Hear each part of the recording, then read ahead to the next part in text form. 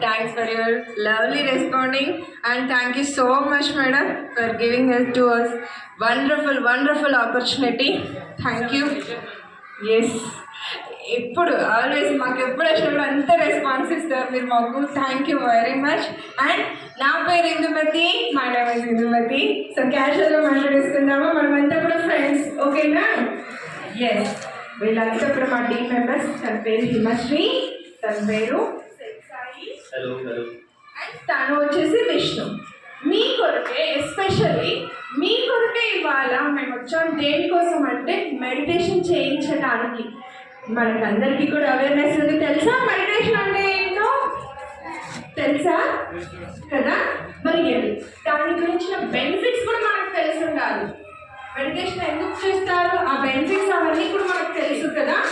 కానీ మరి మనం ఎలా చేయాలి, మెడిటేషన్ వల్ల మనకు వచ్చే యూజెస్ ఏంటి, ఎందుకు చేయాలి మెడిటేషన్, వీళ్ళంతా కూడా ఎక్స్ప్లెయిన్ చేస్తారు.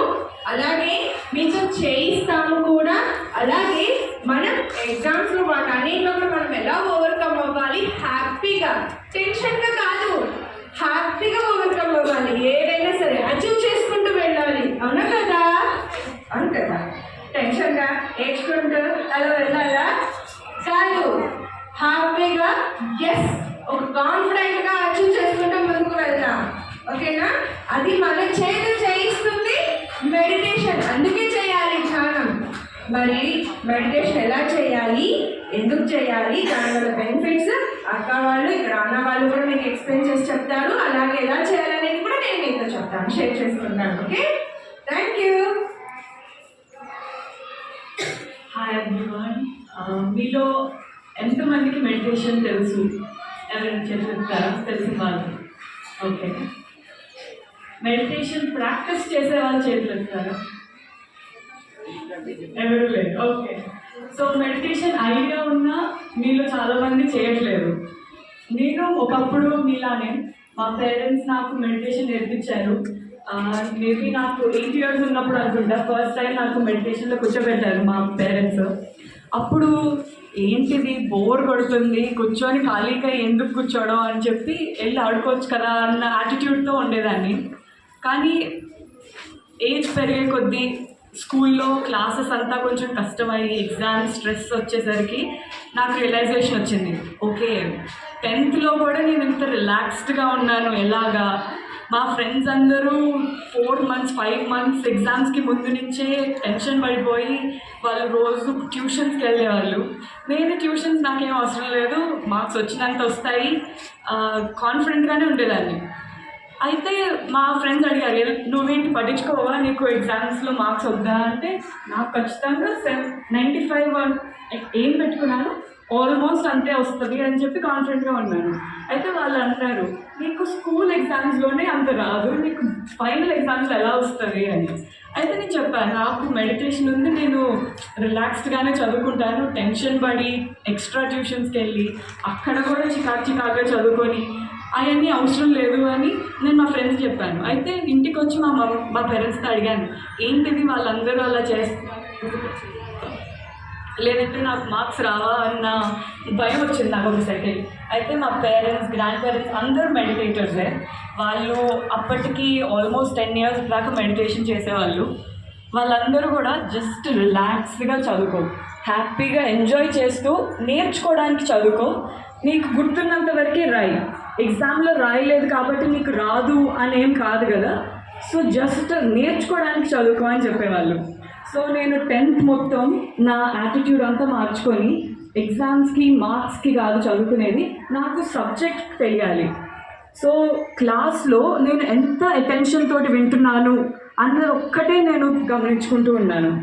సో క్లాస్లో మనం వింటున్నప్పుడు మ్యాక్సిమం మన అటెన్షన్ 5 minutes ఉంటుందేమో చాలా వరకు.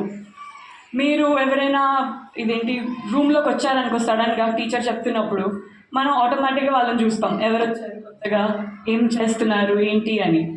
టీచర్ చెప్పేది పోద్ది ఎటో, ఆ టాపిక్ మిస్ అవుతుంది, ఇంకా అంతే, ఆ క్లాస్ మొత్తం ఇంట్రెస్ట్ కూడా పోతుంది మనకి. ఆ అటెన్షన్ పెంచుకొని 30 minutes క్లాస్ అయితే ఆ 30 minutes ఫుల్ అటెన్షన్ తోటి ఎలా వినాలి, అని నేను నా మీద నేను ఎక్స్పెరిమెంట్ చేసుకుంటూ ఉండేదాన్ని. దానికి నాకు మెడిటేషన్ చాలా హెల్ప్ చేసింది. ఆ అటెన్షన్ స్పాన్ అనేది ఎలా పెంచుకోవాలి అది నాకు మెడిటేషన్ బాగా హెల్ప్ చేసింది. సో రోజు పొద్దున్నే లేచేటప్పుడు నాకు మార్నింగ్ 6కి లెగవాలంటే చాలా కష్టం. అయితే 5:45కి అలారం పెట్టుకొని 15 minutes మంచం మీదే కూర్చొని మెడిటేషన్ చేసేదాన్ని. సో ఆ 15 minutes ఓకే రిలాక్స్ అయ్యి, లేదంటే మార్నింగ్ అంతా చికాగ్గా నాకు అరుస్తూ లేపితే నా వల్ల కాదు, రోజంతా అలాగే ఉంటుంది నాకు. సో ఆ 15 minutes మెడిటేషన్ చేసుకొని రిలాక్స్ అయ్యి అప్పుడు నా డే స్టార్ట్ చేసేదాన్ని. అలాగే స్కూల్లో ఏదైనా ఒక పర్టిక్యులర్ క్లాస్, మ్యాథ్స్ అంటే నాకు చాలా కష్టం, 10th maths compulsory. So maths exam ఎలాగా అని కంగారు పడుతున్నప్పుడు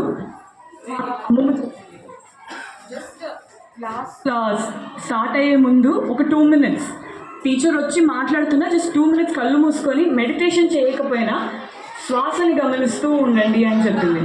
అలాగా ఆ 2 minutes ఆ ఎంటైర్ క్లాస్ ఎక్స్పీరియన్స్ని మార్చేసేది నాకు. నిజంగానే వర్క్ అవుతుందా లేదా ఓన్లీ నా మైండ్ ఇది ఒక గేమ్ ప్లే చేస్తుందా అని ఒక 1 week మెడిటేషన్ చేయకుండా ఉండేదాన్ని. చూద్దాము, మేబీ ఈ సబ్జెక్ట్ ఈజీ అయిపోయిందేమో, మెడిటేషన్ వల్ల అయితే కాదు అని చాలా ఎక్స్పెరిమెంట్స్ చేసేదాన్ని నేను. ఓకే ఈ 1 week అసలు మెడిటేషన్ చేయను, లైఫ్ ఎలా ఉందో చూద్దాము. నెక్స్ట్ 1 week ఫుల్ మెడిటేషన్ చేస్తాను, లైఫ్ ఎలా ఉందో చూద్దాం. కొన్నిసార్లు ఓన్లీ ఎగ్జామ్స్కి ముందు మెడిటేషన్ చేసేదాన్ని, అప్పుడు మార్క్స్ ఎలా వచ్చాయో చూసేదాన్ని. ఇది ఒక couple of years నేను ఎక్స్పెరిమెంట్ చేస్తూ ఎవరు చెప్పినా నమ్మేదాన్ని కాదు. ఫస్ట్ నా ఎక్స్పెరిమెంట్ ద్వారా నాకు ఎలాంటి ఫీలింగ్ వచ్చింది అప్పుడే నేను నమ్మేదాన్ని.